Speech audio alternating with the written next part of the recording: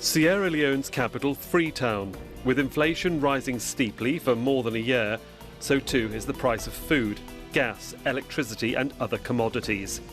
60% of the population live in poverty, and the increasing cost of living is worsening the financial struggles people already suffer. Earlier this month, a crisis erupted in the West African nation. Hundreds of people took to the streets in frustration at the economic hardship. Demonstrations turned violent and led to deaths. Dozens were killed while protesting against the government. Sierra Leone is recovering from a 10-year civil war that destroyed many of its institutions before it ended in 2002. President Julius Maada came to power in 2018, promising to make his country financially independent by fighting corruption. With only 10 months left in his term, protesters are calling for him to resign. But the president says this is politically motivated. The full force of the law will be brought to bear on all those persons who attacked and killed police officers. They, their sponsors, and their collaborators will not go unpunished.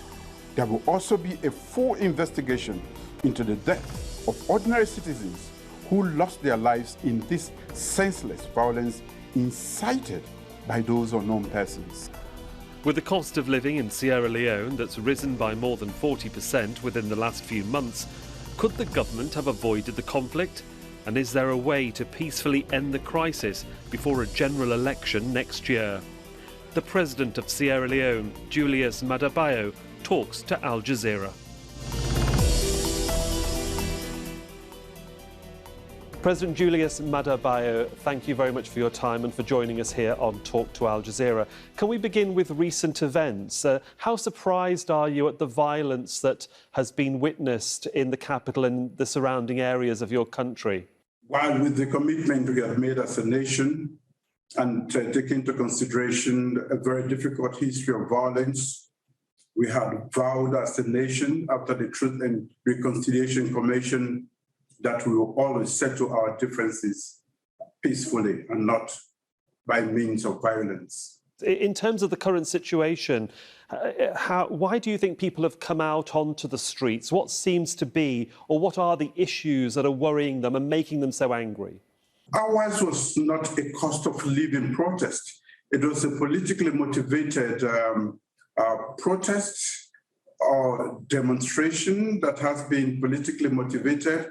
And as you can see from their chants, they would never even spoke about any cost of the cost of essential commodities because we have made that available at the cost, and we are making every attempt to ease the burden on society. Your detractors would perhaps not agree with what you've just said there. We've spoken in our news reports to people, members of the public on the ground about their concerns about the economy, the rising cost of living. But if I also just add here that 60% of your community are living in poverty, their cost of living is rising or has risen by 40% in the last few months. How can you justify that this crisis is politically motivated and that their anger is politically motivated when your country, like many others across the continent and the globe, are experiencing this very unique set of economic factors that are making the public angry at large? Of course, there is hardship in Sierra Leone, but we have done quite a lot to address that hardship. Is it only in Sierra Leone? No. Have we done something about it? Yes. And we continue because it is my duty as head of state of the Republic of Sierra Leone to cater for the needs of my people. But what is happening around the world has a limit to which we can address. The world economic crisis is beyond what we can do. And irrespective of the fact that we have waived off most of the duty on essential commodities, we have made sure that these commodities are available, and we are very sensitive to the prices of commodities. We have reduced the price of fuel twice in just a month alone, just making sure that it does not affect the people adversely. Yes, there is economic hardship. Yes, Sierra Leoneans are definitely suffering. Yes, we have done quite a lot and will continue to do quite a lot. Why I said it was politically motivated, it was because there were a lot of arrangements and none of them were actually talking about the cost of living. As you had the chance, it was about the head of state leaving, and little boys were gathered and pushed to the street and told to cater, to push, to call for the overthrow. Even those who are organizing, we are not even talking about the cost of living, we are talking about the overthrow of a legally constituted government. So that is why I said things are hard, but the particular violent demonstration that we all witnessed, which shocked us to the core, was definitely not a cost of living protest. You talked about the commodities that you're making available and the price of commodities you're making available to the public at large. Because of the crisis that your country is embroiled in at the moment, the African Development Fund, for example, has suggested that they will offer a $2 million grant, really to help the funds to farmers in terms of being able to plant seed and obtain fertiliser at subsidised rates for the next 2 planting seasons. How important is it to get that money to the country, and how important is it to get those products to the farmers so that they can plant for the next season? Well, we are already far gone into the season, and that is far too small an amount to actually cater for the needs of the farmers. We as a government have had a change of policy. We have brought in the private sector, and we have also provided support in terms of inputs, machines and other agricultural inputs in order to boost up the production of food since last year. It is obviously a difficult time because the World Food Programme, for example, is saying that 13% of food insecurity is higher in families that are headed by females, by women. Are those statistics worrying when also there is an imbalance sometimes between those families headed by men and those by women, and food insecurity and availability to women who are trying to get it, who most probably don't have great jobs and are actually, trying to not only feed a family, but trying to raise a family as well in very difficult circumstances? We have been trying to even take care of that by a micro credit facility, which was given mostly to women, we called Munafa, just to cushion the effects of this. And that this was designated more or targeted at women and the youth who suffer most in such periods. Many human rights groups and charitable groups were very focused on how women were treated, certainly after the Ebola scenario of 2014, 2015. Oxfam was very concerned about the rights of women, their access to, just clean water, food, education. What protections has the government put in since 2014, 2015 to protect women and young girls in this scenario, now that you're facing an economic crisis which centres around food availability? This government has paid particular attention to the plight of women in this country. We have, besides just going around and getting things done, which has been extremely difficult for them, carrying most of the burden to take care of their families, we are also exposed to all sorts of injustice. One was rape, especially for the girl child. What we have done is to make sure that the Sexual Offences Act we have reviewed and toughened the penalty. And rape was declared an emergency in this country when the information got to me that too many women were being raped. And we have completely reviewed the law, and now we have special courts, murder courts, that deal with rape issues in this country. So a lot of effort is being put into that particular sector.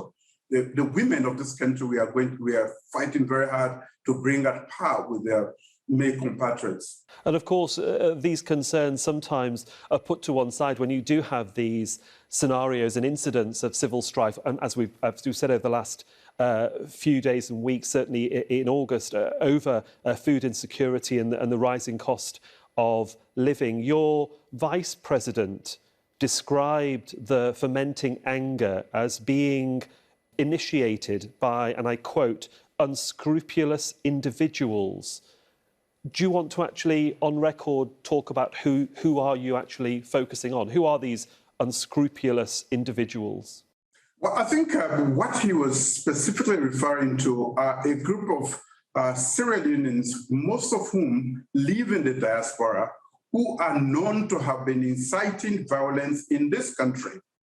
And they have their collaborators and supporters who are also politicians. Some of them are well placed in society, who we are known to be organizing, coordinating, cooperating, financing this whole thing. It just didn't come from the thin air.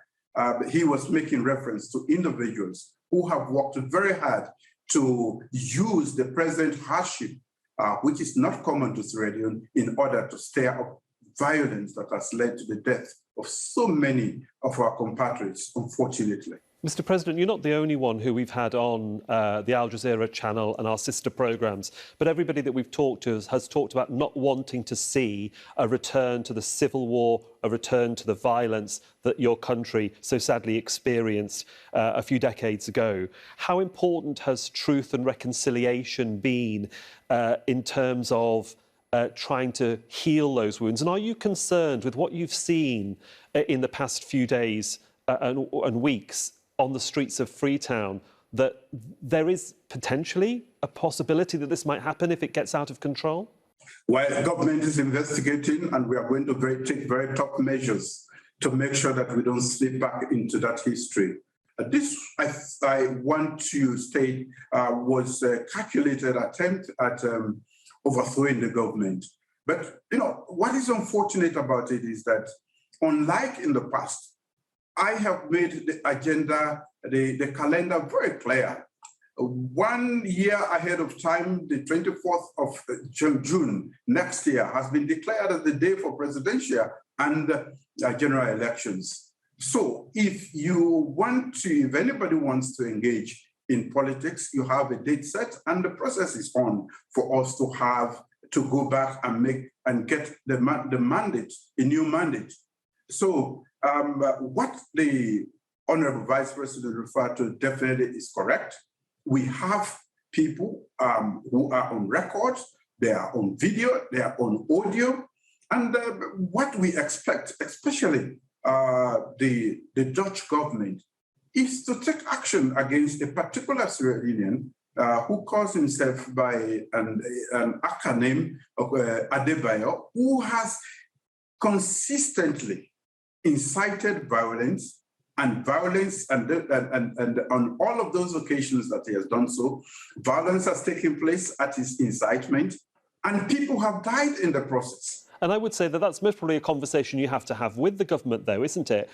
With foreign governments who you think are sheltering such people. But citizens in Sierra Leone, under the Constitution, do have a right to protest, apparently, if they give you prior notification under the Constitution. But where do you draw the line, though, when such protests, for example, were instantaneous, and that when you say you're looking for peace and stability, you come out with words, and I say in a quote that you described it as terrorism. These are very strong words, quite incendiary words, that can be mistaken and misinterpreted by the public if they are taken in the wrong way. When somebody sits in Holland and incites violence where people are killed, properties are burnt, the nation is brought on its knees, and everybody is frightened, and the curfew has to be declared at the incitement of an individual, I don't know what other name you can call that person. When Osama bin Laden was hidden in the cave there and inciting violence that led to the death of so many people in New York, Washington, and other places, we called him a terrorist. That which walks like a duck, quacks like a duck, is a duck by any description. That is the description. In 2020, you spoke to us here on Talk to Al Jazeera, and you were confident that Sierra Leone would not go back in time, and you wouldn't see civil conflict. Despite what's happening in the short term, are you still confident, considering some commentators are a little bit nervous about what they see on their TV screens coming out of your country? Yes, I'm confident. We are currently involved in nationwide engagement with every facet of our society. I had engagements with traditional leaders, with paramount chiefs. I'm just coming out of a meeting with the religious leaders, actually. And everybody is shocked and surprised, and everybody is determined to never allow this to happen again. We were taken by surprise, like you rightly described it, and we were shocked that, the sort of violence that was unleashed that day could take place again 20 years after we had declared the end of civil war in Sierra Leone. But we are working. I am very optimistic. What happened was just among a few misguided young people. If you watch your videos, you will realize that no responsible person was out there. These are just a group of marauding gangs, some of them carrying weapons. And we have videos of them going to the police station to steal bikes and all of these things. That is not the cost of keeping protest. OK, Mr. President, you paint a very positive picture of how the government is engaging with various ethnicities and groups in the country to try and make sure that peace is restored or peace can be seen to be working. Yet one commentator on our sister programme, Inside Story, said recently that there are very low trust levels within the government due to nation building, and it's been very slow to get progress after the civil war, to try and heal those wounds. Why is there low trust levels? Obviously, there have been presidents post-peace. You're not the only one. There were those before you. But why do you think the public maybe feel insecure that they can't quite trust the government? What can you do to allay their fears? Politicians have been used to telling lies to the public. They will promise heaven and not deliver anything. What I have done is to establish that trust. In this country, people fondly call me talk and do, because everything I have promised as a politician, I have done.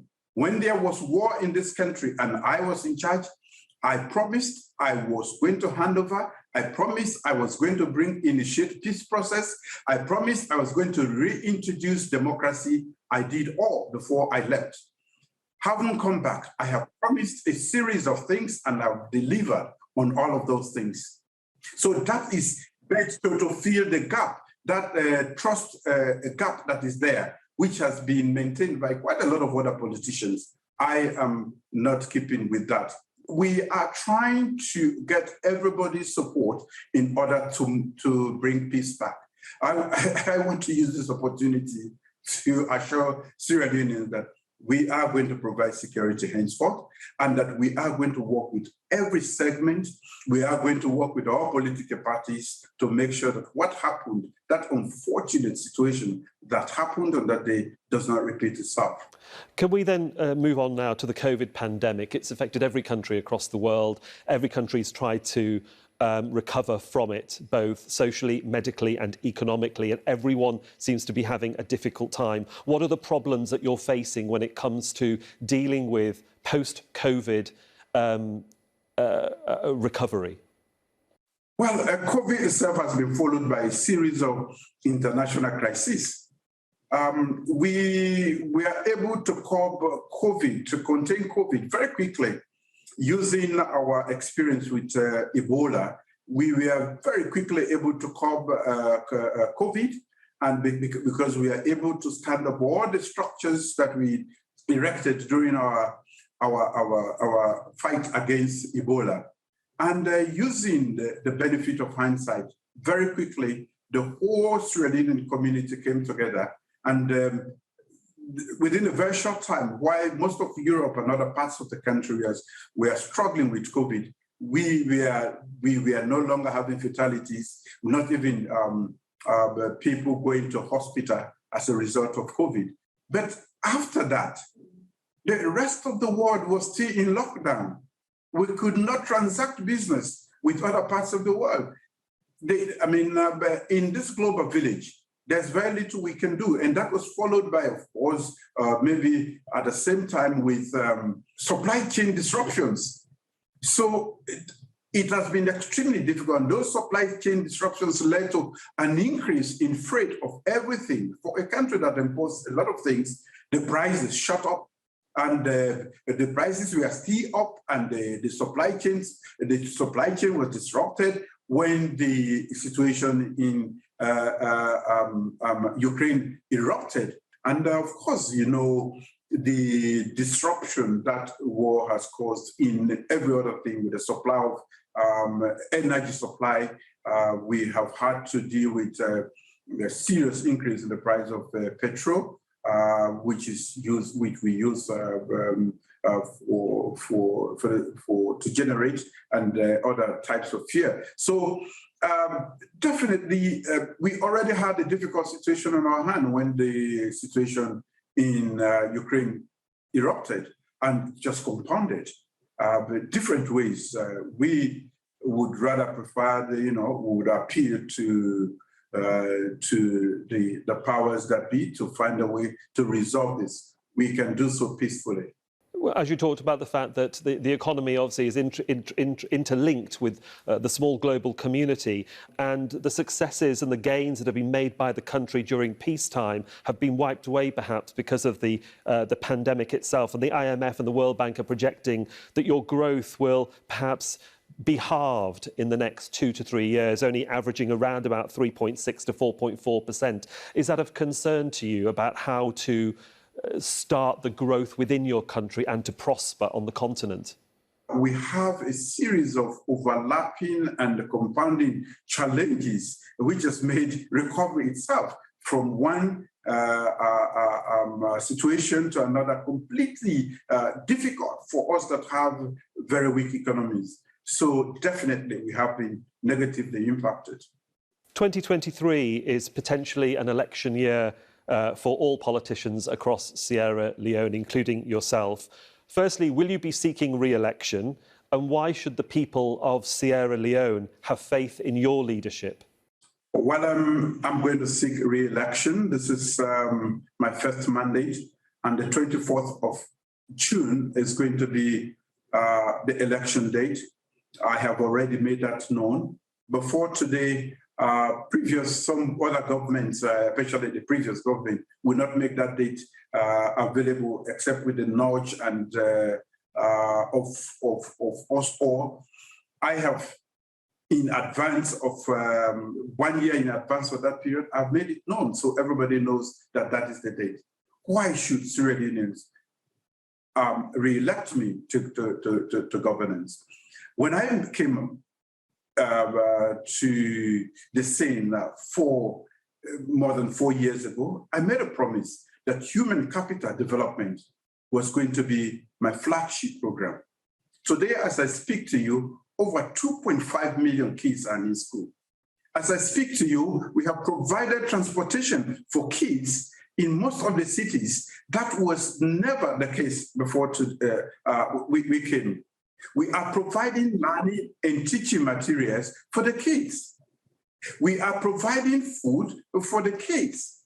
We have also started the process of diversification by making sure that agriculture, which had been neglected, is given the appropriate attention so that we don't have to go through this. We have over 5.3 million hectares of land and a reasonable rainfall per year to be able to produce. We have no business importing most of what we are importing. So now we have encouraged the private sector, and we are providing agricultural inputs in order to stimulate economic growth, which we think will benefit the nation. Before we came here, politics was always a fearful thing in this country. We have abolished the death penalty. It was hanging on so many people. We have the press freedom has been assured. Before that incident on the 10th, that fateful day, Sierra Leone has been considered the fourth most peaceful country in Africa. By MCC evaluation, we moved from 47% to 83% in terms of our rating in handling corruption. So quite a lot has been done under the circumstances, difficult as they are, and we are heading for greater days for Sierra Leone. Well, we shall see what happens. For the moment, President of Sierra Leone, Julius Maada, thank you very much for your time and for joining us here on Talk to Al Jazeera. Thank you.